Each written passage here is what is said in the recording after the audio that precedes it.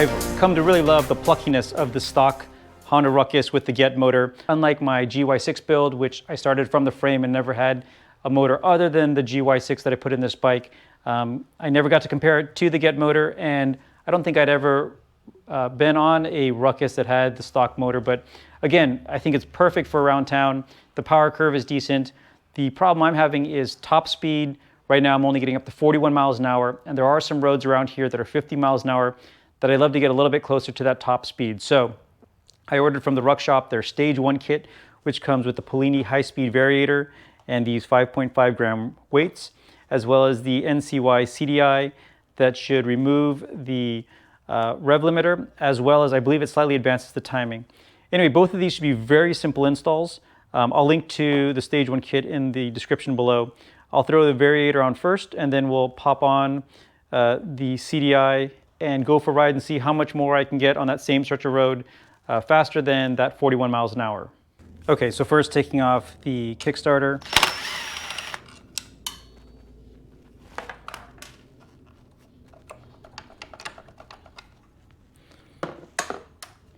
I believe we need to take off at least this bolt on the airbox. And then those were 10 millimeter heads on the bolts, and this looks like it's going to be 8.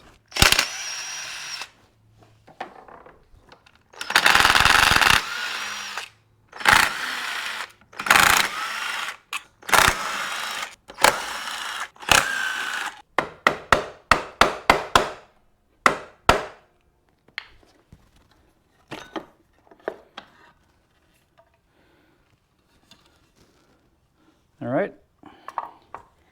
And then I think we can leave the clutch on and just remove the variator. This is a 17 millimeter nut.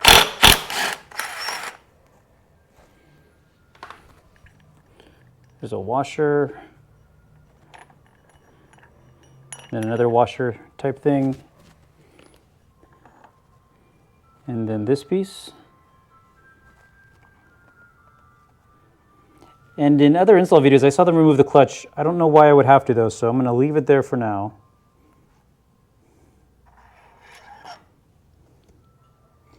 And then this is the piece that has the little rollers inside.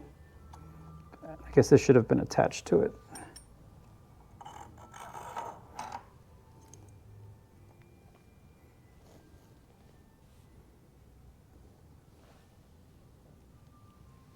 Ooh, and make sure you get all 3 of these little spacers, or little rubber spacers, because one was still in there.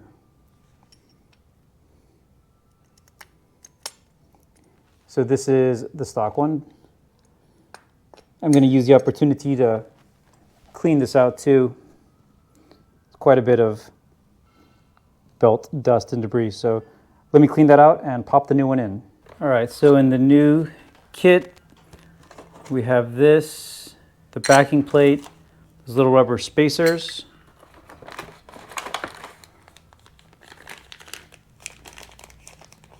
This, I think this is one of the bushings that it rides on. And then 2 sets of rollers, but again, I believe we're going to use the ones that came in that other package. This one. So let's get this put in and try it out. I'm assuming the round side goes down since that follows the curvature of the shape of this. So I'll try it like that first.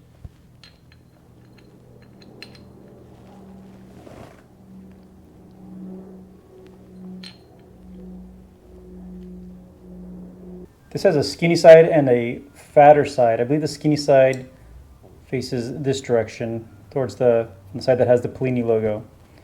Because if I try to put it the other way, it doesn't go in all the way. So I'm assuming that's the correct orientation, and the slightly longer side on the back side.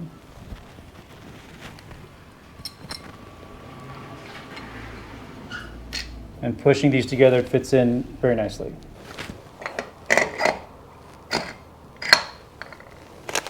And I don't see any real differences between the stock bushing here and the one that came with the kit, but I will use the new one.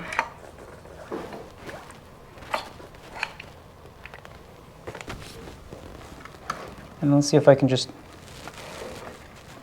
pinch the belt here to give it some more space.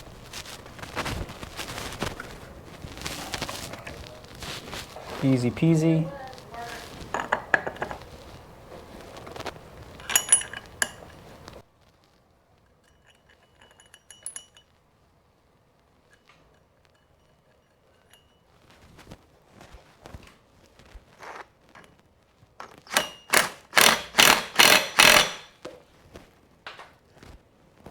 And they do recommend to put Loctite on there. I'm going to come back and Loctite it because I want to run it and check and make sure everything is good first. But I will pull it back apart and Loctite that for final assembly. I know a lot of people say to use red Loctite. Every time I use red Loctite, it ends up being too much of a hassle when I try to pull it out. So I recommend blue Loctite. That's what I use across my other Ruckus. But factory, they don't use any Loctite, so I'm not overly concerned anyway. So I think this looks good. The belt seems really loose though. Anyway, we'll get it together and try it out. And I'm going to reuse this gasket. This isn't an oil gasket or anything. This is just a dust cover. And this one seems in good enough shape.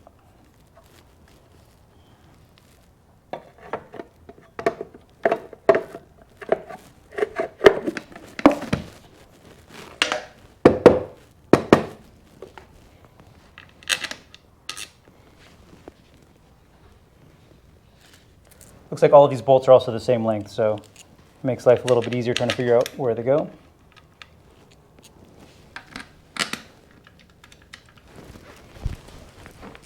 M6 bolts into aluminum should get torqued down to about 9 foot-pounds. I'm going to lightly zap them with my electric wrench and then I'll torque them down more precisely.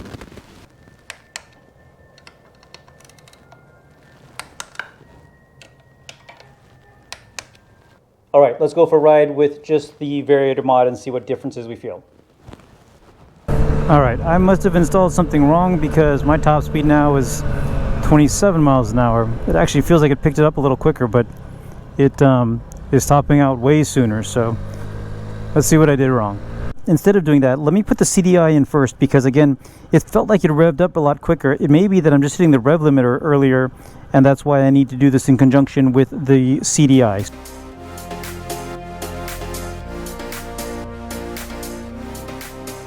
Okay, so the CDI installation looks pretty simple. Here's the CDI module itself, and it has a plug. Then it comes with this wiring harness that you need to attach to just a few wires inside of the bike. So the yellow and orange wires attached to this yellow and black line. It's the one here in the left bottom corner coming into the ECU. So we're going to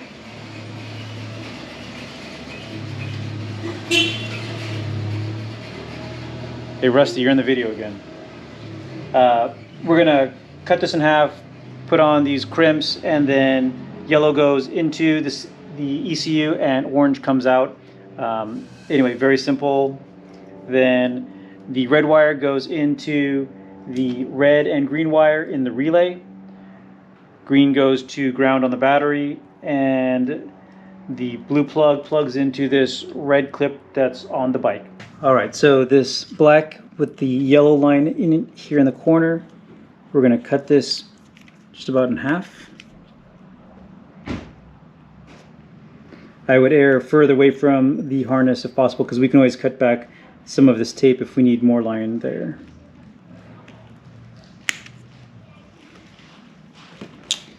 And then strip. Oh, kind of difficult to get the strippers in there. Let me see if I can just do it with these.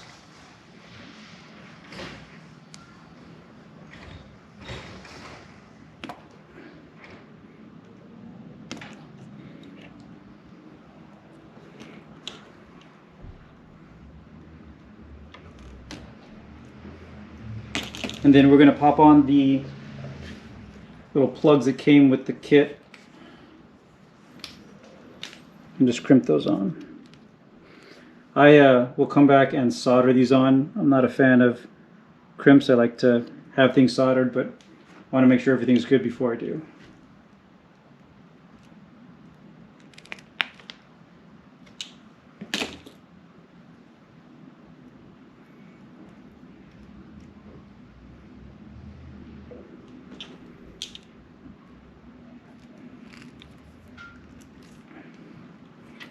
Those feel sturdy enough for now. The yellow line goes into the ECU. And the orange one coming out. All right, then I have the relays here. They sit on this hook. You just push in this pin to pull them off. But the wire we want is this one, the red one with the green line on it. I'm going to cut the tape back a little bit, and then I'm going to use this little, I can't remember what it's called, tap to tap power into this and connect it with the red wire on our harness here.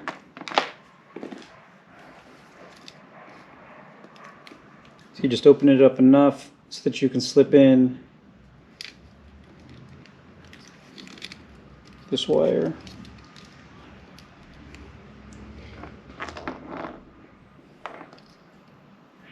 And then push this one all the way in, and then we crimp it.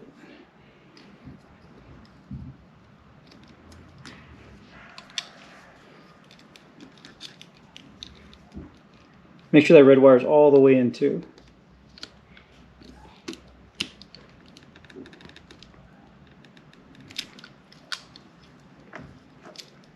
And once you push that metal piece down, make sure that it's solidly in there.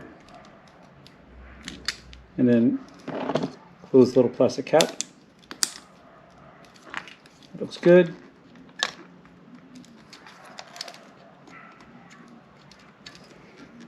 Which way does it go? This way. Then this plug pops into here. And then negative goes to this terminal. Actually, we need to plug the CDI together, so the harness just pops into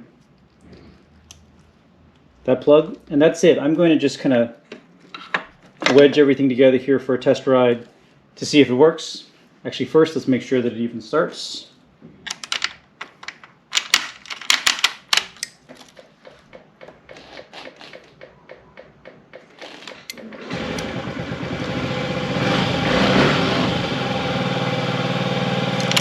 All right, let me get my helmet on and let's go for a quick ride.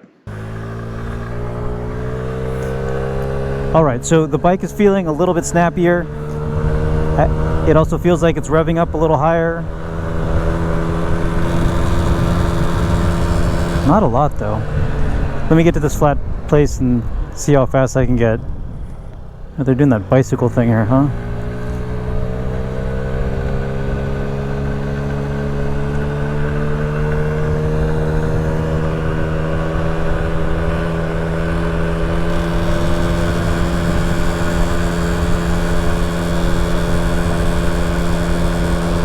Yeah, this still feels way slower. Alright, I assume there's an issue with how the variator is set up.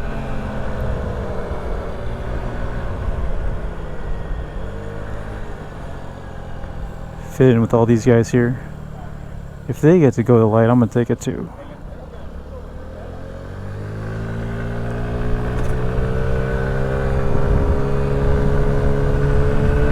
All right, I figured out my problem. When I had done it initially, since I didn't know what I was doing, it made sense to put the little rollers this direction, but they are supposed to go this direction. So the flat part is on top. I'll show you the profile here. But the pointed part goes in and up so that you have a big flat space on all 6 of them. Anyway, I need to eat dinner really quick, but as soon as I do, I'm going to throw this back on the bike and go for another ride and hopefully get faster than 41 miles an hour. All right, so once again, if you're watching this channel, you're learning the right way to do things by learning the wrong way first. But it does feel much peppier. Just on this area now, I'm getting over 30 miles an hour.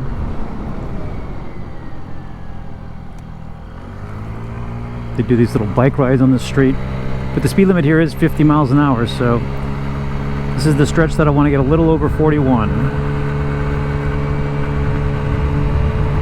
I'm not going to do a tuck, just in the upright position, but I'm already 36. Oh man, come on, turn green.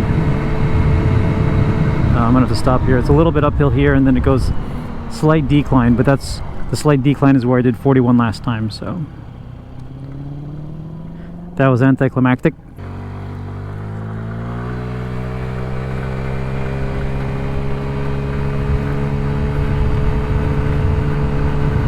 Go 30.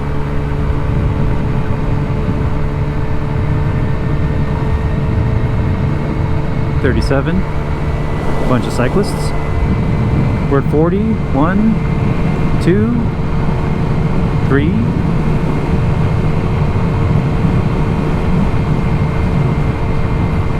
$43. All right, well, I picked up 2 miles an hour. I don't know how significant that is. The bike does feel a little bit peppier, but I was hoping for a little more than just 2 more miles an hour. I'm going uphill now and able to hold still 39, which is pretty impressive. And then coming back to this downhill section, it's about flat now, little downhill. Let me go ahead and tuck and see how much wind makes a difference.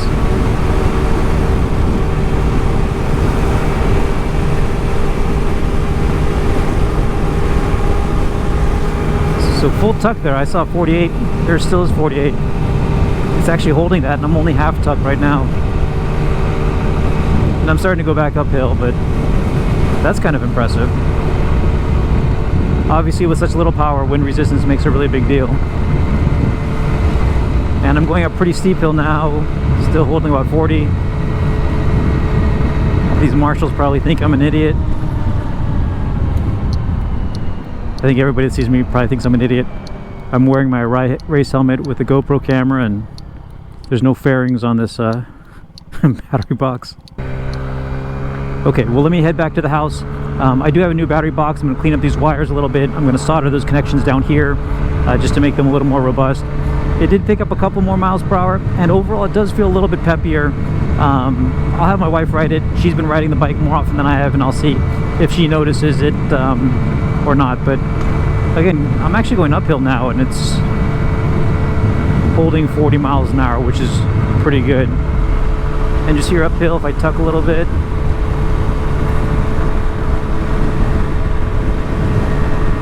yeah, it's holding 38, 37, 38.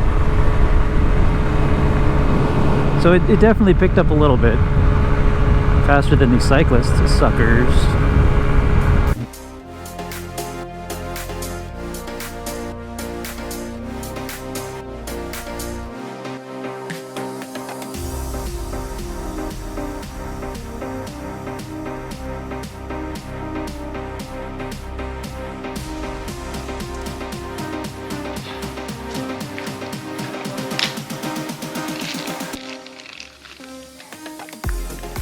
Okay, so forgive the background noise. My neighbor kind of does a gym out of his garage the same way that my garage is a motorcycle shop at the moment. But anyway, it picked up a couple miles per hour. The rev limiter is off because going downhill full tucked, I got up to like 48 miles an hour. So that, especially in hilly areas like in Southern California, does get you a bit. And it was more power going uphill too. So it picked up a bit. I don't know how much it picked up as far as miles per hour to dollar cost. I think this kit was about 250 bucks. Again, I'll link below. But anyway, interesting kit to install. It was very easy, save for my mistake of putting the rollers in backwards, but again, learn from my mistakes. I did put a new battery box on. The other one was all scratched up and faded, so that definitely makes it look a lot newer. I found another cap because it was missing on this side, but the bike is pretty complete. The seat looks terrible, it's cracking.